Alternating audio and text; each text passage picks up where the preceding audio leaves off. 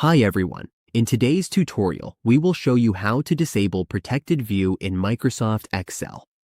If your files keep opening in read-only mode, or if you want easier access to your spreadsheets, this tutorial is for you.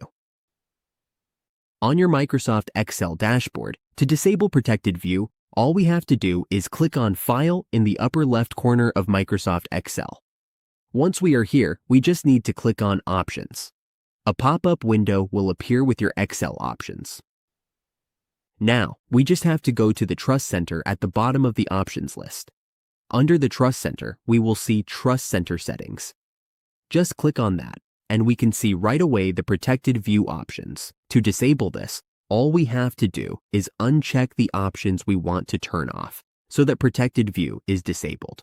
Once we are done, just click OK, and then OK again, so that the changes are applied in Microsoft Excel. The purpose of this is to help us adjust Excel security settings so we can disable Protected View when needed. This allows us to open and edit files without restrictions while keeping in mind the safety risks involved. And that's it. Now we know how to disable Protected View in Excel.